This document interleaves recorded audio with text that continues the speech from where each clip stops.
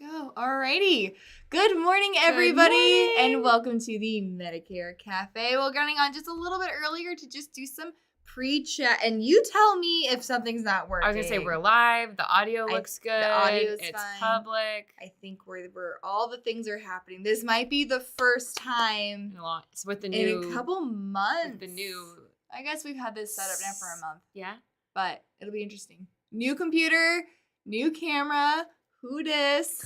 Sorry. New year. I'm a little sassy today. So welcome. So I think it's the nails. It's the pretty nails. I was talking to somebody and they're like, "Why are you doing weird things with your hands?" Like, why are you doing weird things? Like, I was talking to them like, "So you get it?" And I'm doing this a lot. They're like, "What are you? You're not Italian. Why do you keep doing this?" What is this? And I'm like, you didn't comment on my nails. Yeah. So this, for anybody who's interested. It's like when you first get engaged and you're like, just what is this? So, on oh my gosh, hand? my hand's just so heavy with this new rock. No, I'm trying to find a hobby, and I say trying to. I found it. I've been doing my own nails now for a couple years now. So these are my new set. You need to do mine sometime. I would love to. Or teach me how you do it, because I have a set, but I don't. My husband won't let me do his, and I think that's selfish. I think honestly, because he's blue collar, he owns his own construction company, and I think it's selfish for him not to let me do this to him. It's not regular, just nail polish that easily comes off. No. I mean, like, you gotta. It's. I just invented. And speaking of like manual labor and blue collar work, I just invested in an actual nail drill, like what you get at the salon. Oh my gosh. So I have the drill with it. What are you gonna call your salon? I'm gonna call it. It's gonna rhyme with Basic Itch.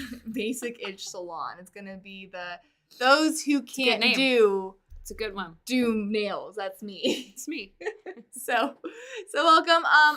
Good morning, Michelle. So I wanted to pick your brain. So I got a fun little text from you yesterday saying that since the last Medicare Cafe last Tuesday, because we do it Tuesday at 10, last week we talked about selling ancillary benefits, and you had a little update for us. I sold 2 dental, vision, and hearing policies since our last conversation. That makes me so happy. Okay, let me ask you this. And it just felt, I don't know what the epiphany was last week. I really don't. And I've sold...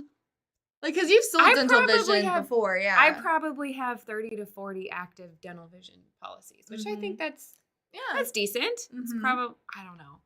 I don't know. I guess it's decent. Maybe not. No, that's I was like, we see the numbers of everybody else's, and I'd say that's decent. And so I don't really know what you said last week that really just hit home. I don't know what I said last week, but if I'm being honest. I had 2 clients who, it was we originally met during AEP. They were new ones. And I always, we get the Medicare piece, and I say, if you want to talk about dental vision hearing, a lot of times I'll send them home with brochures. But they both reached back out to me saying, I'm interested in hearing more. Can we have another conversation about this? And we talked about it, and they both were just like, yep. It just is so easy. Just to be like, that sounds good. That sounds good. We did Medicare Quick Start. Was that last week? No, that was the week before last week. And it was a lot of conversation about and honestly, yesterday was really interesting with our sales team. We did an exercise of okay, what does this look like? What do you need if you went and was to sell 20 cancer plans today, 20 final expense plans? What do you need to do that? And it was really interesting to be like, I really don't need any more tools. I just need to ask the question is what it comes down to, and knowing when is it an emotional sale versus a logical sale, and combine the 2 together. So I'm glad it worked for you. I'm glad you got that confidence. It was interesting because one of them, he said, can you send me 2 or 3 brochures so I can have options? And as we talked about last time, I have one DVH carrier that I know the back of my hand. This is mine. So I had to find others. I had old out of date brochures, but he actually wanted options to look at. Yeah, interesting. He ended up going with the one that I vouched for. Yeah. I love that. But the other one, I just sent her one, and she was like, where do I sign? So it's that easy. Yeah. It's just that easy. Well, welcome, guys. It is. Let me look at my watch. It's 10:02. 10:02, the top of the hour. So today I'm really excited. This is a conversation that we have such a one-off basis that I feel like it's kind of like a conversation. Of course, not you're really. do this. I love this. I feel like I'm going to learn a lot today. Today we're talking about what, how, why to partner with your carrier reps. And again, this is one, like, we have an entire, you might know Brittany Webemeyer in our office. Her entire job is to build relationship with carrier reps. Like, we have dedicated on the FML level somebody whose job is to find reps, get them to like us, and to continue that relationship. And I'll tell you what, it has been a game changer for our organization. It has been like a pivotal point in being like, oh, this was a really great idea. I would imagine so. Yeah. So let's talk about exactly who do we mean when we talk about carrier reps. Traditionally, these have been Medicare Advantage representatives that are done in local markets because Medicare Advantage plans are so locally ran, locally they differentiated. So these Medicare Advantage companies said, okay, we can't, because these plans are so different across the state, let alone across the country, we can't do these mass campaigns, mass marketing. So Medicare Advantage companies said, let's find somebody who knows that area, can drill down, know the agents there that promote our product. Love it. We are starting to see like a ton of rise. I'm going to turn off this heater. I was going to say, you're heating me up over here. It's literally, it's 10 degrees here in Columbia, Missouri, and our studio is on an external wall. If you put your hand over an outlet, you feel a breeze. Yeah, so, but I got a little carried away with the heaters. Anyways, but they're actually starting to see like med-sup carriers and ancillary products. Like, for example, Medico is really good about having local reps. Allstate, really good about local reps.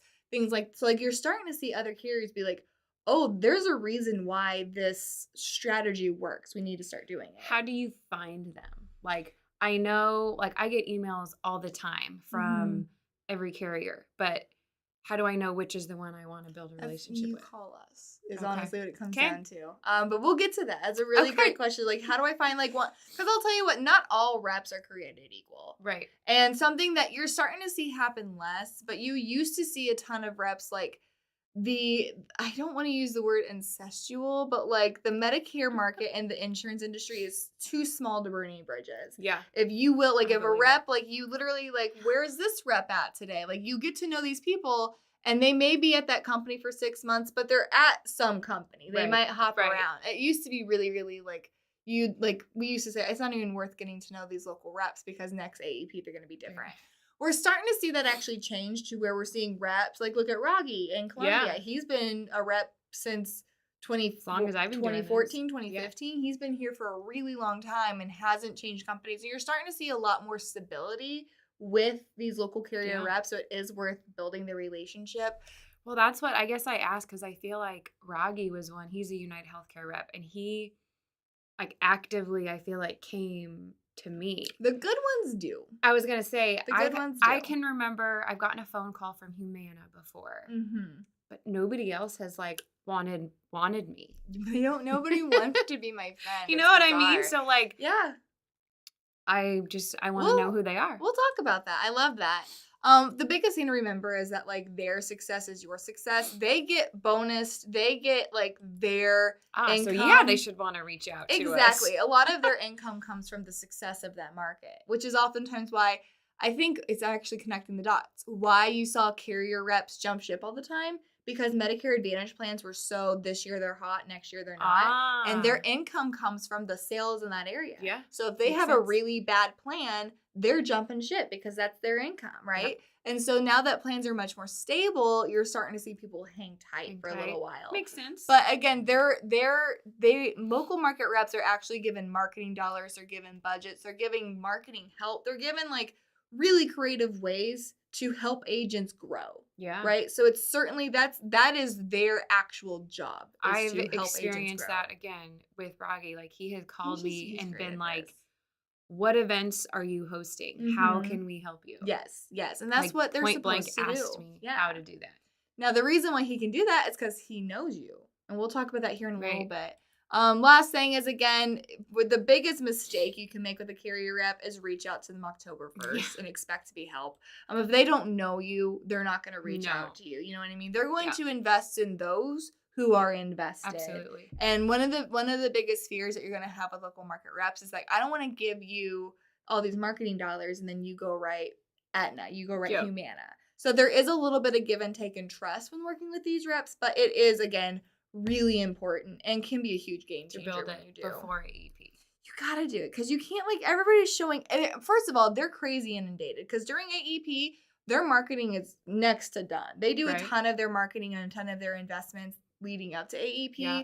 But during AEP, they're busy fixing issues, helping escalated issues, working on their networking partners and their providers, what their job is. So, like, if you're asking them, like, hey, I would love to do some events for you, I would love to do some seminars for you, and they don't know who you are, you're not getting those. So let's talk about that. Let's go into why. Carrie kind of hit on some of these, but number one is going to be sales opportunities and leads.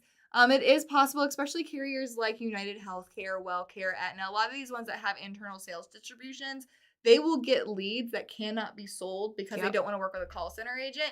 And they will, they will call somebody and it's like, hey, I have these clients that want a plan, but they want to work with an agent. Yeah. They give those to the field agents, but only the ones that they know. So you've gotten those. I've gotten multiple of those. Mm-hmm. And I've even, because Raghi's one that knows kind of how I grow my business. Mm-hmm. Like, he's even referred a couple strategic alliances to me. Yeah, which is like networking partners. Yeah. And he's like, I know a financial advisor who has been asking Medicare questions. Can you, like, it's a perfect handoff. Exactly. There's tons of stuff like that. We work with Raghi's another one. We keep talking about Raghi because he's really active here because United Healthcare had for the last several years had a really great plan here. So he's thriving. Yes. You know, that we've talked about. Yeah. But there a lot of other times they'll do is like their job is to go out. Aetna does a really good job of this too. And WellCare, actually, WellCare, if you're on the MA side, not the PDP side, they're MA side, what they do is that they'll actually go out and go sign up for volunteer spots at the food bank or sign up for, like, they'll sign up for, like, they'll sign up for a booth space, they'll go sign up, and then they have to find agents to fill those spots. So, like, if you as an agent went into, like, a food bank and went somewhere that's a good way to build a relationship. Exactly. If you they do the work. They do everything. And a lot of their job is actually to build the networking strategic alliance and then just find agents to plug into that. That's why we talk about, like, if you want to do a booth, if you want to do any type of event, good luck doing it at a library, a food bank, a senior center, or like a pharmacy without working with an agent directly. Because, without working with the rep directly. Because reps are doing that. They're booking those now. And they don't know who's going to fill those spots, but they're booking them now, and then they'll worry about who's going to do it when they get closer to time. So wait, why did you say there's not many, like, supplement reps? Because I've just realized I don't really know any. Yeah, so there's a few that we work with. Active, they're just not. I mean, like, supplements haven't had a need to have local market reps because they are statewide, state available. Like Medicare supplements and other ancillary benefits can do statewide and nationwide marketing. They don't have to be that targeted because it's the same across the state. Mm-hmm. Compared to Medicare Advantage plans, Medicare Advantage plans are so driven by the network and so driven by the area and they've the have local. A rep that knows. You gotta have a rep that knows that area and can communicate with the agents that way. We're seeing that switch. We're seeing other companies and especially on the ancillary side start really incorporating local market reps. That's just fairly new right now. I just think they would, even though it's a supplement, like, you could still target agents to just get to know the plans better. I mean, everything. Oh, yeah. There's always room for And before, like, carriers would have trainers that they would send out, and they would do trainings and things like that. But it was still a national trainer because they didn't have to know that area specifically to train on that product there, like you do with the Medicare Advantage stuff. So we're starting to see that switch come. Again, other things we talked about: the sales opportunities and leads, marketing help, marketing dollars. Again, a lot of people don't understand that. Leading up to AEP, they will pay for your event space. They will pay for any materials that you need.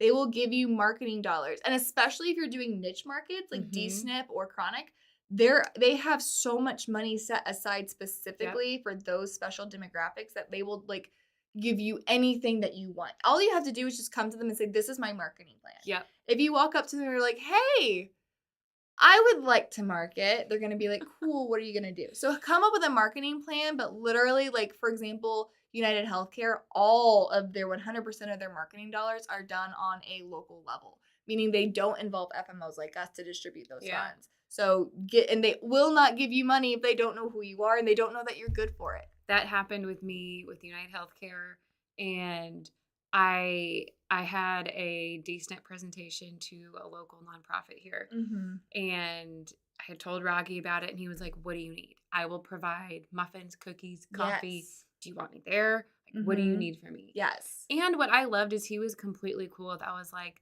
I don't want you there. Like, yeah. And he was just great. like, got it. You know, it was and I'll tell helpful. you, more people are becoming more like Rocky to this. Like, do you want me to do the event for you? You can be there and just start taking naps, but let me so that you know it's compliant. I'm happy to do the compliant. Taking naps. You honestly, if you need a nap, go like, lay in the back. Work, you I'll take do a the nap. presentation. You said apps. I said you take the apps. Honestly, I need a nap. I as well. Event help sponsorships. This is another thing Carrie just hit on, but like the sponsorships, we work with a lot of people who do like client appreciation events, and the carriers will sponsor like the hot dogs, they'll sponsor the buns, they'll do a giveaway. So even if it's not like an educational event or things like that, if you're just doing something for your clients or like your carriers, literally, I will tell you this, something that's interesting with these local market reps. It's a use it or lose it. They're desperate to spend this money. They get the money from the carrier saying that you need to see, look what I'm doing. This is what you need to do. This is what you need. They give the carriers give these reps money, and they say basically, if you don't spend all of this, we know you don't need it next year. And the reps want all the money that they can get, but they have to prove that it's working. Worth it. Right. And so it's in their best interest to give you money and show to do business with you. Because if they don't use it, then they actually lose it. I love this last one. Again, I have a specific example with this one. With United Healthcare. It is, again, especially on the provider side of things, like, hey, this provider or they're telling us they're not a network. Like, part of a rep's job is provider relations because they are on that local rep level. So, like, knowing a rep is just, like, invaluable to getting shit done. Yeah, it made a really sticky situation very smooth. Tell me about it.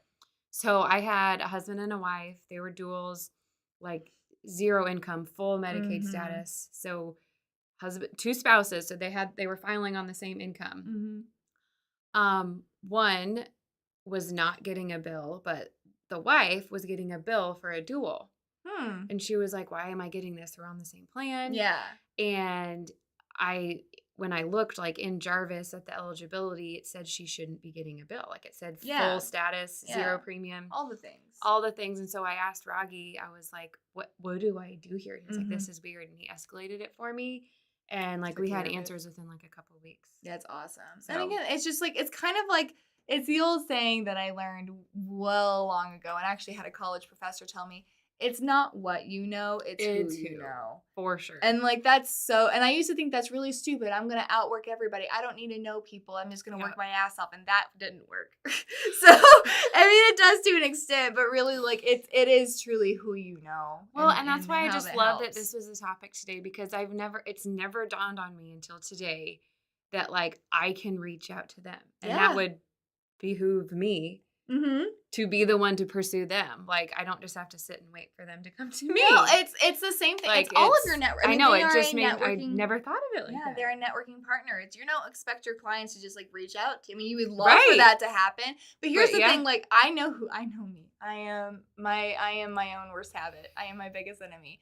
I will get these emails from people trying to sell me stuff and market me stuff and tell me about their product, and I delete until I need something. And I'm like, who was the person sending me all those emails? And then I go back, I'm like, I've never read any of your emails. I've never responded, but now I need something. Yeah. So don't be an Olivia. That's why we have a Brittany, because then I say, Brittany, you actually know these people and you're friends with them. And the things that Brittany will get done in a day because of her relationships is just like crazy. Wild. I'm telling you, the best investment our company ever made. I didn't realize that was like her main role. That is her like main I knew role. What her role was, but title, when you put it in the perspective of like just developing those relationships. Her title is Director of Key Partnerships. So whenever she tells a carrier, when she tells a carrier like, "Hey, I'm Director of Key Partnerships. You've been identified as a key partnership," they're like, "Okay." And so like literally, it's wild what that can do. Okay. So here's some tips. We've kind of talked about this a little bit, but some tips about like how to reach out to your local reps. Yes, please tell.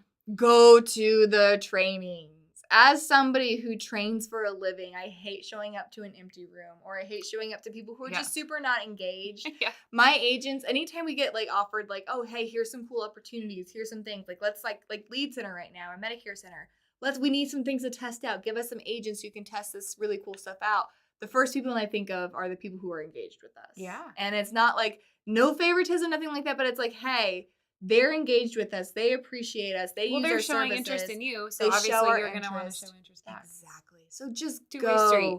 Go to the trainings. And even if you're like, I'm not going to learn anything from this, it's professional development, and the networking there is invaluable. Yeah. So go to the trainings. I like that push. Thank you. Reach out. I'm going to try to go to one. Go to the trainings. They just did a UHC Meds Up one here a couple weeks ago.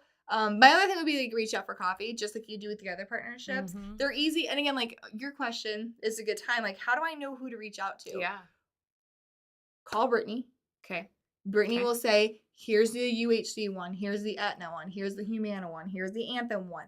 Do you want me to make the introduction? We will make the introduction on your behalf. Guys, use Brittany. I'm telling you, like listen, Brittany? It is wild. And so we've done that several times. Is we call the rep and say, hey, we just got an agent who is interested in doing events. We just got an agent who is interested in the decent market. You should really reach out to them. That's amazing that she can make that meeting? handoff. It's amazing. And the carriers feel really excited because we're reaching out to them saying, hey, this agent's going to be a really big deal. Yeah. So they're excited about the opportunity. It's just all it comes down to is just the follow through. And it comes down to like consistency. Yeah. And so don't ghost your reps. That's going to be the big one. Yeah. I think step one should be maybe not delete all the... Don't delete all the Don't emails delete all the emails that you think are junk because, yeah. If I had $1 for every time an agent's like, why didn't they tell us about this thing that's happening? And it's like, listen, they did. So I usually read the subject. Read the subject. Okay. I read the subject. I'm like, delete, worth my time. And like, would, if you read in detail every single email you got, that's a full-time job. So I'm not suggesting that. But yeah, pay attention to your local rep people for sure. Again, go to the training and then do a follow-up coffee even. Love it. Like their job is to pay for your coffee when you do those. So go do it. Register an event through them. I am always going to be the biggest proponent of doing events. I love events. Like you make a living off of doing events. Love them. And it's literally like what a better way to be community outreach, get your name out there, build your marketing, build your brand, and be seen as the expert. Absolutely. There's nothing better to build your brand. It's amazing. So and good. The carriers... the funny thing is... And you can have someone pay for it. Somebody will if you have that relationship. And plus, like, registering event with, like... When you register an event with CMS, you have to register... If you're going to do, like, a sales event, you have to register that with a carrier, and it can get a little dicey and messy, and you worry about compliance. Yeah. So, like, just do it with a carrier. You have to anyways. Do it with the local rep, and they will handle all of that. And if there is a compliance situation that ever comes from that, you have somebody to vouch for you that was there and that knows that you did it correctly. Do it now, not during AEP. Now is the time. We do know like a lot of carriers. It used to be that local reps were kind of like desperate for activity to do this time of year because like everybody was done. But now you have AEP. Now they're finding out that SEPs are outperforming AEP. There is no downtime. Yes, SEP is outperforming AEP since 2019 or OEP since 2019. Special election, so January through September is outperforming October through December. That really surprises me. Yeah. So, like it used, like they are rearing to go. They understand, and keep in mind too, guys. Like these carriers, they have goals. We have to do it as an FMO. Mm-hmm. We have to file what we think is going to happen during AEP. Like they call it. What's it called? Not expectations, but. It's not just goals? It's not just goals, no, because it is an expectation. Commitment. We have commitment meetings with these carriers. And so we have to do twice a year. We do one right before AEP. We have to commit to how many apps we get. And then we do one SEP. And so they have to commit to how many apps we're going to get during SEP. Ballpark that. Yeah, and it is. But like that's what their reps will do. They'll come to us and then we work with the reps to kind of figure out what's going to happen. And they're desperate for people to work with them this time of year. This was the first year, it was a week ago, maybe 2 weeks ago, that, Raggy called me and he said, hey, I just want to talk to you. What are your goals for 2023? Like, not like numbers, but like, what do you want to do this year? Accomplish. I know. I was like, I'm telling you. Rocky's a good one. We talk about him a lot. He sets a gold standard for what a good rep looks like, for sure. He does.